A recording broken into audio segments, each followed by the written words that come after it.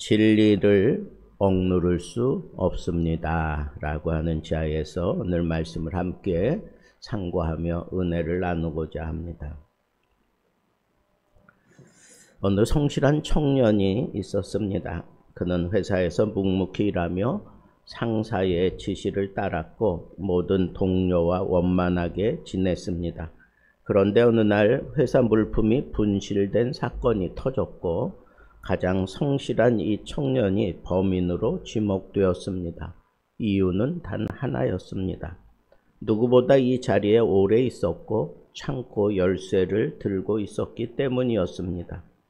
억울한 상황 앞에서 그는 해명했지만 사람들은 이미 마음을 정해 놓고 있었습니다. 우리는 이런 상황을 종종 맞이합니다. 진실을 말해도 믿어주지 않고 오히려 정직한 사람이 더 쉽게 고발당하는 세상 말입니다. 오늘 바울이 당한 재판이 바로 그런 장면이라고 볼 수 있습니다.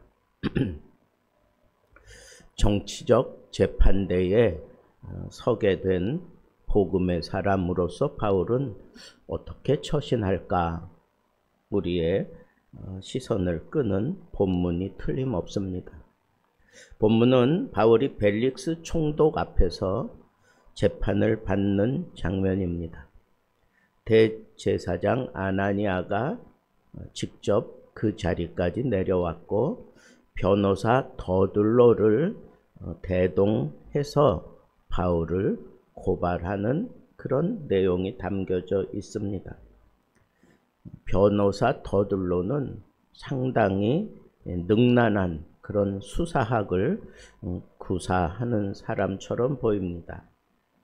2절부터 4절에 보면 총독 벨릭스에게 얘기를 하면서 총독이 자기 말에 기울일 수 있도록 먼저 그 총독을 아주 칭찬하는 말로 시작합니다. 각하로 말미암아 우리가 크게 평강을 누리고 있다. 각하의 선견으로 말미암아 여러 가지 개혁이 우리에게 이루어지고 있는 것은 틀림없는 사실이다. 뭐 이런 식으로 상당히 그 총독을 아주 칭찬하는 말로 시작을 합니다. 그리고 그 총독으로 인해서 마치 유대인들이 상당히 굉장한 혜택을 입는 것처럼 그렇게 얘기를 하고 있지만 역사적으로 볼 때 이 벨릭스는 상당히 잔인하고 부패했던 총독이었습니다. 그런 면으로 아주 악명이 높았던 사람이었기 때문에 지금 이 벨릭스를 어떻게 보면 우롱하는 그런 얘기일 수도 있습니다. 하지도 않은 일을 했다고 그렇게 칭찬하는 것은 그것은 정치적인 발언이지 진실은 아니지 않습니까? 어쨌거나 이렇게 자기의 얘기를 호소해야 될 그 사람의 마음을 여는 것은 아주 지혜로운 처사임에 틀림이 없습니다. 그러나 그것이 진실이 아니기 때문에 문제고 진실이 아닌 것을 마치 진실인 것처럼 얘기하는 것이기 때문에 정치적인 발언이라고 그렇게 표현을 하는 것입니다. 어쨌거나 이 바울에 대해서 이 더둘로가 고발하는 내용은 세 가지입니다. 이 사람은 세상을 시끄럽게 만드는 사람이다. 세상을 소요하게 하는 자다. 여러분, 이 세상을 시끄럽게 한다라고 하는 이 표현은 그 밑바탕에 뭘까라는 겁니까? 당신이 이렇게 펼쳐가는 이 땅에서 아주 정치적으로 반역을 은근히 꾀하는 자다라고 하는 것을 심어주는 표현입니다. 두 번째는 나사렛 이단의 우두머리다. 그러니까 종교적으로 이단에 속하는 그 우두머리라 그렇게 얘기를 하는 것은 마땅히 정죄받고 그에 마땅한 징벌을 받아야 옳기 때문에 그렇게 몰고 가는 겁니다. 나사렛 이단의 괴수다라고 그렇게 몰고 갑니다. 세 번째는 이 사람이 성전을 더럽혔기 때문에 이렇게 당신 앞에 세웠습니다 라고 얘기하는 거예요. 이것은 유대 전통을 조금만이라도 알고 있는 총독이라면 지금 이런 상황이 왜 벌어졌는지를 쉽게 설명할 수 있는 것입니다. 이렇게 굉장한 소요를 일으키며 지금 당신 앞에 이 사람이 서게 되었습니다. 무시하고 적당히 지나갈 그런 문제가 아닙니다 라고 고발을 하고 있습니다. 변호사로서는 아주 굉장한 그런 영향력을 끼치는 그런 사람이 틀림없었던 것 같습니다. 이 더둘로가 고발하는 내용들은 이건 적당하게 넘길 수 있는 문제들이 아니었기 때문에 그렇습니다. 오늘날에도 이런 일들이 우리 현실에 많이 일어나고 있는 것이 사실인 것 같습니다. 1세기 그 바울이 당하는 이런 억울한 일이 오늘날 우리들에게도 있단 말입니다. 우리 사회와 교회 안에서 종종 진리를 말하는 자가 오히려 고난을 겪을 때가 있는 것을 우리는 종종 보게 됩니다. 정직한 말을 한 교인이 공동체에서 배척을 당할 수 있고, 부패를 지적한 이가 오히려 해고를 당할 수 있고, 하나님 말씀을 선포한 자가 사람들에게 이단으로 몰려서 외면을 당하는 일들도 얼마든지 있습니다. 진실은 침묵하고 거짓이 박수치는 그런 시대는 1세기 때나 지금 21세기를 살아가고 있는 지금이나 다를 바가 없는 것 같습니다. 그러나 여러분, 세상이 이렇게 막 뒤섞이고 말만 하면 다 말 잘하는 사람이 이기는 것 같은 그런 참 안타까움이 이 세상을 뒤덮고 있는다고 할지라도, 그럴 때 사람들이 반응을 보이는 것은 거기에 맞서는 사람이 있는가 하면 어떤 사람은 그냥 포기하는 사람도 있고 그냥 침묵하는 사람도 있습니다. 그러나 여러분, 이 거짓에 대해서는 우리는 침묵해서는 안 됩니다. 히틀러 치하 독일에서 목회자 디트리히 본회퍼는 침묵하지 않았습니다. 많은 교회가 히틀러에게 협력하며 복음을 왜곡할 때 그는 은혜가 값싼 은혜가 아니다.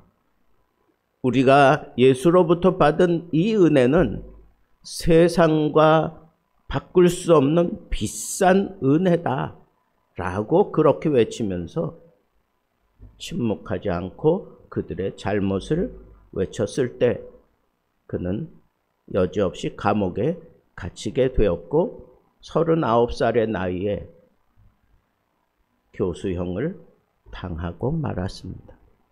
그러나 여러분, 역사는 그의 편이었습니다. 그의 책 나를 따르라 라고 하는 책은 오늘날도 읽히고 있습니다. 진리를 따르다 억울하게 고난당한 그의 삶은 수많은 사람에게 빛이 되고 있습니다. 바울도 본 회포도 세상의 법정에서는 유죄 판결을 받았지만 하나님의 법정과 역사 앞에서는 의인이었던 것입니다. 저는 오늘 본문 말씀을 묵상하면서 우리는 어떻게 살아가야 할까? 지금 바울이 고소당하는 그런 내용을 보면 이 사람은 전염병자와 같다. 옛날 성경에는 이 사람은 연병이다. 뭐 이런 식으로 표현을 해서 아주 기가 막힌 표현을 했습니다. 가까이 갈 수도 없을 정도로 심각한 그런 전염병자, 연병과 같은 자다라고 그렇게 얘기했는데 저는 그 얘기가 우리를 상당히 무시하고 모욕하는 그런 얘기지만 어쩌면 그 사람은 진리를 말하고 있는 거예요. 이 더둘로는 진리를 말하는 거예요. 나사렛 이단의 괴수다. 나사렛 예수의 교를 신봉하는 우두머리라. 근데 이 사람은 전염병과 같은 자다. 막을 수 없다는 거예요. 순식간에 확 퍼진다는 거예요. 모든 사람들이 그냥 그렇게 병에 걸린 채로 꼼짝없이 따라갈 수밖에 없다는 거예요. 굉장한 파괴력이 있고 굉장한 설득력이 있고 굉장한 그런 전파력이 있었기 때문에 이런 표현을 들은 거라면 어쩌면 이 사람들은 겉으로는 이렇게 상당히 인격적으로 모욕하는 말을 하지만 사실은 진리를 그들이 얘기하고 있는 것이다 하는 그런 생각이 들었습니다. 이 사람들은 죄를 씌우기 위해서 그런 모욕적인 얘기를 하고 있지만 사실은 진리가 그 속에 담겨져 있구나 하는 그런 생각이 들었습니다. 겉으로는 이런 모욕을 당하고 이런 심각한 표현을 들을지라도 나 때문에 거부할 수 없고 막을 수 없는 그런 복음이 번져가기 시작하고 한번 그 복음에 사로잡힌 자들은 꼼짝없이 그 병에 걸릴 수밖에 없는 그런 삶을 내가 만약에 살아간다면 오히려 그 욕된 표현들이 나에게 영광이지 않을까 하는 그런 생각을 해보았습니다. 여러분, 세상 사람들은 어떻게 해서든지 우리에게 죄를 뒤집어 씌우고 우리를 심각한 상황으로 몰고 가려고 하지만 사실은 그 안에 오히려 진리가 담겨져 있고 굉장한 그런 힘이 거기에 선포되고 있다고 하는 사실을 이 사람들은 모르는 겁니다. 저는 그래서 생각했어요. 복음이라고 하는 것은 경험한 사람이 아니고는 절대로 알 수 없는 것이구나 라고 하는 사실 말입니다. 그렇습니다. 우리는 진실을 말하다가 손해볼 수도 있습니다. 어떤 때는 외로움을 느낄 수도 있고 심지어 배신을 당할 수도 있습니다. 하지만 하나님은 모든 것을 보고 계시고 때가 되면 드러내 주실 뿐입니다. 바울은 총독 앞에서 자신을 변호할 수 있는 기회를 맞이하고 하나님께서 이 바울이 말하는 그 변호를 통해서 벨릭스도 마음이 흔들리게 되는, 예수 믿는 도에 흔들리게 되는 그런 일들이 곧 일어날 것입니다. 중요한 것은 무엇입니까? 이 복음의 도는 세상 사람들이 볼 때에는 전염병과 같은 그런 취급을 당할 수도 있다고 하는 겁니다. 그러나 그 속에 담겨져 있는 진리는 아무리 세상이 어떤 방법으로 그것을 막으려고 해도 절대로 막을 수 없는 것, 그것이 바로 복음의 파괴력이고 복음의 능력이다라고 하는 사실을 자기들 입으로 그렇게 주장하는 것과 다를 바가 없다고 하는 것입니다. 그렇기 때문에 우리는 복음을 받아들이고 복음으로 말미암아 변화된 사람들이라면 우리는 이 진리를 침묵할 필요가 없습니다. 이 진리가 왜곡당하고 이 진리로 인하여 괴로움을 당하는 그런 상황까지 우리에게 펼쳐질 수 있습니다. 그러나 하나님은 반드시 이 복음은 흘러가도록 만들어 놓으실 것이고 우리는 그 복음과 함께 살아야 하고 복음의 능력으로 우리의 이 믿음을 지켜야 되는 사람임을 명심하고 세상에 아무리 우리를 심각한 상황으로 인격 모독을 하며 심각한 거짓으로 우리를 어떻게 해서든지 무너뜨리려고 발악할지라도 복음은 복음으로서 그들의 입을 통해서 오히려 그 실체가 터지게 되는 것을 우리는 명심하고 어떤 순간에도 복음은 쉬지 않고 흐른다 하는 이 믿음 꽉 부여잡고 우리도 오히려 세상 사람들이 나를 예수 믿는 사람, 예수로 말미암아 살아가면서 그 예수를 전염병처럼 퍼뜨리는 사람이라고 그렇게 인정하는 그런 순간까지 우리가 설 수 있다면 오히려 영광인 줄 알고 복음과 함께 끝까지 함께 달려갈 수 있는 멋진 복음의 사람들 되기를 우리 주님의 이름으로 축복합니다.